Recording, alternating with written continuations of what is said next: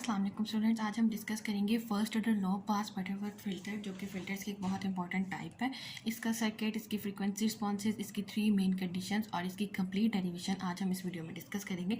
सबसे पहले हम लोग इसका मेन सर्किट और इसका फ्रीक्वेंसी रिस्पॉन्स देख लेते हैं। उसके बाद हम डेरिवेशन और उसकी 3 मेन कंडीशंस और इसकी डिज़ाइनिंग डिस्कस करेंगे। फर्स्ट ऑर्डर बटरवर्थ फ़िल्टर की जो सर्किट डायग्राम है वो इस तरह से आएगी, जिसमें the help of an op amp, हम as an op amp application भी हम इस फिल्टर को स्टडी कर सकते हैं और main type of the filter में भी आएगी। और फिल्टर बेसिकली ऑप एम्प के एक एप्लीकेशन में से ही है। तो इन्वर्टिंग टर्मिनल और एक non inverting terminal input terminals में आएगा। दो सप्लाई वोल्टेजेस हम लोगों ने लगाई हुई, जिसको हमने एक कह दिया प्लस VCC और दूसरा हमारे पास आ जाएगा -VE।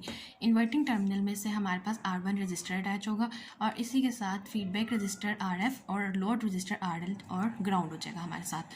Then in the non inverting terminal main thing जो हम लोगों ने फर्स्ट ऑर्डर बटरवर्थ फिल्टर में याद रखनी है वो ये कि कैपेसिटर हमेशा फर्स्ट ऑर्डर फिल्टर में, लो पास फिल्टर्स में पैरेलल में आता है और हाई पास फिल्टर्स में वो सीरीज़ में अटैच होता है। सो अब यहाँ पे हम लो पास बटरवर्थ फिल्टर देख रहे हैं तो हमारे पास कैपेसिटर जो है वो हमारे पास पैरेलल में अटैच होगा और रेजिस्टेंस उसके साथ सीरीज़ में अटैच होगी। और इसके साथ हमारे पास in the non inverting terminal में हम लोगों ने इनपुट सप्लाई वोल्टेज अटैच कर देनी है और बाकी सारे इसी तरह से हमारे जो RL और कैपेसिटर और चीज़ें हैं वो ग्राउंड हो जाएंगी।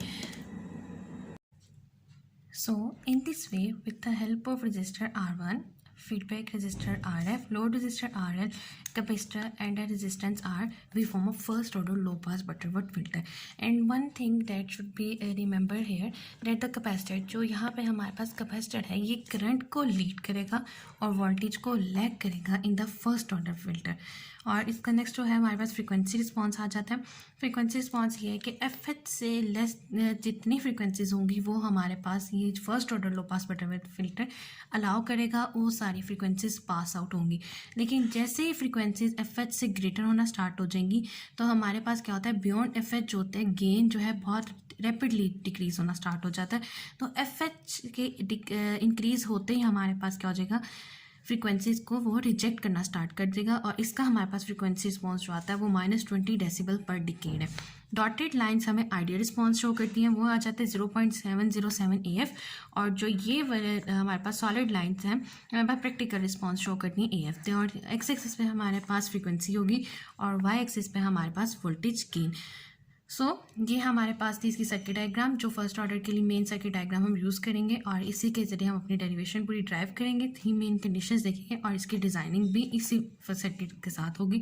आपको वो वैल्यूज़ चेंज करके दे सकता है। यहाँ पे उसने RF 10 किलो ओम यूज़ किया, R1 भी 10 किलो ओम यूज़ किया, कैपेसिटर 0.01 माइक्रोफेरेड। और डिज़ाइनिंग के दौरान हमारे पास जो होती हैं वे वैल्यूज़ चेंज होंगी। तो सिंपल इसी सर्किट को यूज़ करते हुए सिंपल हमारे पास ये वैल्यूज़ चेंज हो जाएंगी। तो हमारे पास मुख्तलिफ़ किस्म के जो फिल्टर है first order low pass filter है वो डिज़ाइन होता जाएगा और फ्रीक्वेंसी रिस्पॉन्स इनका जो होगा, जो भी वैल्यूज़ होंगी उनका फ्रीक्वेंसी रिस्पॉन्स जो होगा, आइडियल रिस्पॉन्स होगा, वो हम यही ड्रॉ करेंगे। तो अब हम उसकी डेरिवेशन देखते हैं। सो डेरिवेशन हम स्टार्ट करेंगे with the help of voltage divider rule. So by voltage divider rule we will write V1 जो यहाँ पे हमारे पास आ रहा है, V1 will be equals to -JXC over R minus JXC into V input। जहाँ और हमारे पास क्या होगा कि J की जो वैल्यू आएगी वो आएगी -1, where J is an imaginary number। J हमारे पास एक imaginary number है। देन हमारे पास V1 क्या आ जाएगा, J over XC को हम लोग इस तरह लिख सकते हैं 1 over J 2 pi FC over R plus 1 over J 2 pi FC into V input. Then simply नीचे से हम लोगों ने क्या करेंगे, मजीद सिंप्लीफिकेशन करेंगे। हमारे पास LCM लेने के बाद हमारे पास इक्वेशन बन जाएगी J 2 pi FCR plus 1 over J 2 pi FC। Same terms will cancel out. Then हमारे पास इक्वेशन कहाँ रिड्यूस होगी, 1 over J 2 pi FCR plus 1 into V input. V input हमारे पास साथ ही आएगा। V इनपुट V1 की वैल्यू जो हमारे पास कैलकुलेट होगी वो V input over 1 plus J 2 पाई FCR। अब हमारे पास मेनली हमें चाहिए होता है गेन AF की वैल्यू या V आउट और V इनपुट की रेशो। तो यहाँ पे हमारे पास V1 है। अब अगर हम देखें कि हमारे पास ये था नॉन इन्वर्टिंग का गेन हमें पता है कि क्या होगा, 1 plus RF over R1 into V1 की वैल्यू अभी हम लोगों ने ये जो कैलकुलेट किया यहाँ पे सब्स्टिट्यूट होगी 1/r plus over RF over R1 into V input over 1 + J 2π FCR 1 + RF over R1 V input 1 + J 2π FCR। Simply ये जो V इनपुट है ये हमारे पास लेफ्ट हैंड साइड पे शिफ्ट हो जाएगा, तो हमारी क्वेश्चन क्या आ जाएगी, V out over V input equals to, और 1 + RF ओवर R1 को हम लोग सिंपली AF लिख देंगे। हमारे पास इक्वेशन आ जाएगी AF over 1 + J 2π FCR। And we know कि FH जो होती है उसकी वैल्यू हमारे पास आती है 2π CR। हमारे पास इक्वेशन फर्दर रिड्यूस होकर हो जाएगी AF over 1 + J F over F of H। We know that कि गेन जो है वो डिपेंड करता है ऑन फ्रीक्वेंसी। देन सिंपली हमारे पास V out over V input with the absolute value हमारे पास क्या आ जाएगा, whole square under root AF whole square under root of 1 + F over F of H whole square. And finally V out over V input हमारे पास क्या calculate हो गया, AF over under root of 1 + F over F of H whole square. And phase angle जो हम लोग यहाँ से कैलकुलेट करेंगे फर्स्ट ऑर्डर बटरवर्थ फिल्टर का, वो हमारे पास आ जाएगा -tan−1 F over F of H। तो ये हमारे पास निकल गया मैग्नीट्यूड और ये हमारे पास कैलकुलेट हुआ phase angle. So main 2 things जो हमने इस सर्किट डायग्राम के साथ देखनी है उसकी पूरी डेरिवेशन, और हमारे पास ये 2 मेन फॉर्मूला। ओके, नेक्स्ट हम डिस्कस कर लेते हैं 3 कंडीशंस। 3 कंडीशंस इसकी ये हैं in the first order filter. Okay, अगर एट वेरी लो फ्रीक्वेंसीज, बहुत ज़्यादा low frequency means F is less than F of H, high cut off frequency से अगर हमारे पास फ्रीक्वेंसी लेस है, देन हमारे पास ये V out over V input जो होगा वो approximately will be equal to our gain, A of F will be approximately equal to our gain. Then हमारे पास सेकेंड कंडीशन आती है, second condition that when our frequency is equal to F of H means at high cut off frequency की equal आ जाएगी, then हमारे पास V out over V input जो है वो इक्वल हो जाएगा 0.707 AF, वहाँ पे हमारे पास इस फ्रिक्वेंसी रिस्पॉन्स में भी इंडिकेट किया गया था।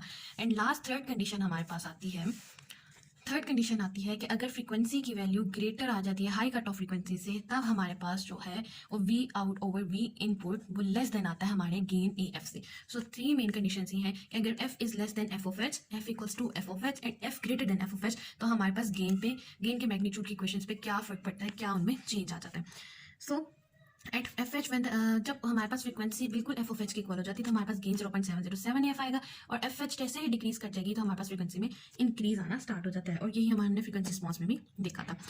और जो फ्रीक्वेंसी हम लोगों ने यहाँ पे देखा at frequency F equals to F of H, इसको हम लोग कहते हैं cut off frequency, because the gain of the filter at this frequency is down by the 3 decibel per decade from 0 hertz. तो इसको हम लोग क्या कहेंगे, क्रिटिकल फ्रीक्वेंसी। ये हमारे पास क्रिटिकल फ्रीक्वेंसी आ जाती है। लास्ट चीज हमारे पास आ जाती है फ्रीक्वेंसी की डिजाइनिंग।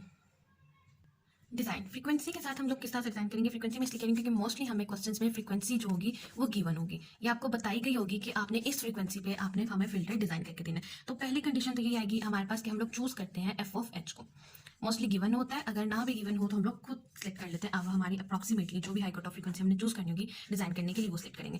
देन हमारे पास सेकंड पॉइंट उसका आ जाता है कि हमने कैपेसिटर की वैल्यू सेलेक्ट करनी होती है, और इसकी कंडीशन ये है कि हमारे पास कैपेसिटर की value should be less than 1 microfarad, less than और इक्वल टू 1 माइक्रोफेरेड, और मोस्टली हम लोग वैल्यू चूज करते हैं 0.1 माइक्रोफेरेड, और यहाँ फिर हमारे पास आ जाता है 0.01 माइक्रोफेरेड। इससे ज़्यादा या इससे कम की वैल्यू बहुत कम जो है वो सेलेक्ट की जाती है, मोस्टली इनटू वैल्यूज को प्रेफर किया जाता है। Then in the third step हम लोग कैलकुलेट करेंगे value of R। Value of R के लिए हम लोग फार्मूला यूज करेंगे 1/2π FHC। इस फार्मूले से हमारे पास रेजिस्टेंस की वैल्यू कैलकुलेट होगी। And at last number 4 step हम लोग RF और R1 की वैल्यू सेलेक्ट करेंगे depending upon the value given जो होगी हमारे क्वेश्चन में, AF की वैल्यू जो दी होगी उसके हिसाब से उसके अकॉर्डिंगली हमारे पास RF और R1 की वैल्यू आएगी। और गेन का फार्मूला वी नो डेट के नॉन इनवर्टिंग, तो so RF over R1 will be equals to this, और इसके ये जो गेन हमारे पास जो भी गेन गिवन होगा उस गेन के अकॉर्डिंग हमारे पास RF ओवर R1 की वैल्यू सेलेक्ट होगी। So this is the first order low pass Butterworth filter. इसके हम लोगों ने सर्किट डायग्राम, इसका फ्रीक्वेंसी रिस्पॉन्स, इसकी कंडीशन, इसकी कंप्लीट डेरिवेशन देखी, इसका मैग्नीट्यूड और फेज एंगल देखा, और उम्मीद है कि आप लोगों को समझ आई होगी। अल्लाह हाफिज़।